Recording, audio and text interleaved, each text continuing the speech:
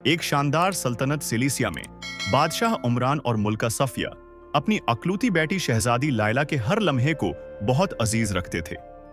शहजादी की हंसी महल के हर कोने को रोशन कर रही थी।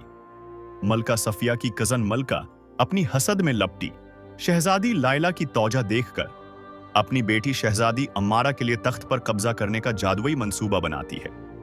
मलका ने बड़ी जादूगरनी जारिया से जादुई सतारों के जवाहर के साथ एक जादुई मंत्र तैयार करने को कहा, लेकिन जादू गलत हुआ और शहजादी लायला एक चमकती हुई सतारों वाली फेनिक्स में तब्दील हो गई। मोर की शक्ल में शहजादी लायला जादुई जंगलों, जादुई आबशारों और तीरते हुए जजीरों पर उड़ती हुई अपनी जादुई मुहिम जारी रखती है और जादुई मखलूकात से मिलती है। शहजादा आरेज ने सतारों वाली फेनिक्स को एक चमकती हुई आबशार के किनारे पाया और जादुई नगमा गाते हुए उसे प्रस्कोन किया। वादा किया कि उसे दोबारा इंसानी शक्ल में लाएगा। जादूगरनी जारिया ने चांदी के क्रिस्टल और सतारों की शबनम से एक जादुई बोतल तैयार की। शहजादी लायला ने उसे पीकर दोबारा इंसानी शक्ल अख्तियार कर ली। शहजादी लायला और शहजादा आरेज महल वापस पहुंचे।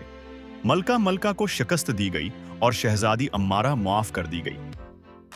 आखिरकार शहजादी लायला और शहजादा आरेज की शादी शानदार तकरीब के साथ हुई और सल्तनत खुशियों, मोहब्बत और जादू से भर गई।